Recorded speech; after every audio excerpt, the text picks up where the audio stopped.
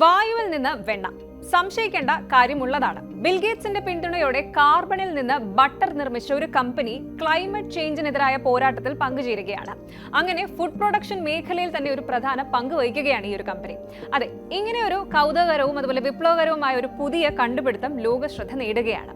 ബിൽഗേറ്റ്സിന്റെ പിന്തുണയോടെ പ്രവർത്തിക്കുന്ന സേവർ എന്ന കമ്പനി മൃഗങ്ങളെയോ സസ്യങ്ങളെയോ ആശ്രയിക്കാതെ കാർബണിൽ നിന്ന് നേരിട്ട് വെണ്ണ, അതായത് ബട്ടർ നിർമ്മിക്കുന്നു.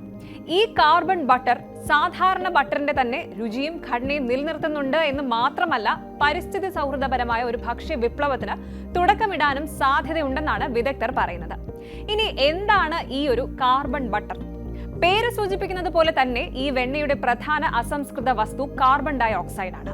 സേവറിന്റെ ടെക്നോളജി ഇങ്ങനെയാണ്: കാർബൺ ഡൈ ഓക്സൈഡ് നേരിട്ട് അറ്റ്മോസ്ഫിയറിൽ നിന്ന് വേർതിരിച്ചെടുക്കുകയും ഹൈഡ്രജനുമായി സംയോജിപ്പിച്ച് ഫാറ്റ് തന്മാത്രകൾ ഉണ്ടാക്കുകയും ചെയ്യുന്നു.